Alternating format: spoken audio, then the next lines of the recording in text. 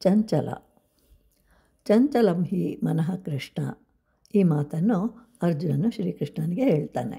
ಹೇಗೆ ಅಂತಂದರೆ, ದೀಪವನ್ನು ಹಚ್ಚಿ ಇಟ್ಟಾಗ ಅದು ಹೊಯ್ದಾಡುತ್ತದೆ, ಅದನ್ನು ತಡೆದಾಗ ಅಲುಗಾಡದೆ ಚೆನ್ನಾಗಿ ಬೆಳಗುತ್ತದೆ.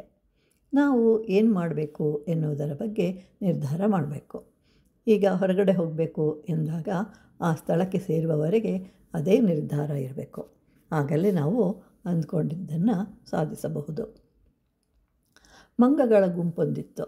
ಅದು ಒಂದು ದಿನ ತಿನ್ನಲು ಏನಾದರೂ ಸಿಗಬಹುದು ಅಂತ ಹೇಳಿ ಹೋಗ್ತಾ ಇರುವಾಗ ಒಂದು ಬಾಳೆಯ ತೋಟ ಕಾಣಿಸುತ್ತೆ. ಅದನ್ನು ತಿನ್ನಲು ಪ್ರಯತ್ನಿಸಿದಾಗ ಅಲ್ಲಿಗೆ ಆ ತೋಟದ ಮಾಲೀಕ ಬರ್ತಾನೆ.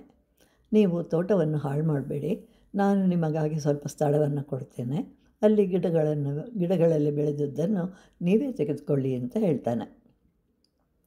ಅಲ್ಲಿನ ಗಿಡಗಳಲ್ಲಿ ಇನ್ನೂ ಬಾಳೆಹಣ್ಣು ಹಣ್ಣಾಗಿರಲಿಲ್ಲ.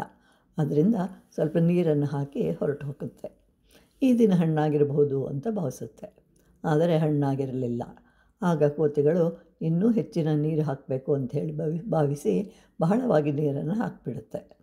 ಆದರೂ ಹಣ್ಣಾಗಲಿಲ್ಲವೆಂದು ಅದರ ಬದಲು ಬೇರೆ ಗಿಡಗಳು ಹಾಕೋಣ ಅಂಥೇಳಿ ಬಾಳೆ ಗಿಡಗಳನ್ನು ಕಿತ್ತು ಹಾಕಿ ಮಾವಿನ ಗಿಡ ಹಾಕಿದವು.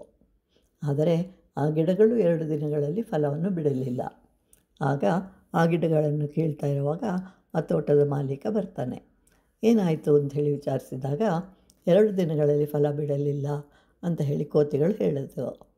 ಮಾಲೀಕ ಹೇಳ್ತಾನೆ, ನಾವು ಮೊದಲು ಏನು ಮಾಡಬೇಕು ಅಂಥೇಳಿ ನಿರ್ಧಾರ ಮಾಡಿಕೊಳ್ಬೇಕು, ಆ ಬಳಿಕ ಅದನ್ನೇ ಮಾಡಬೇಕು.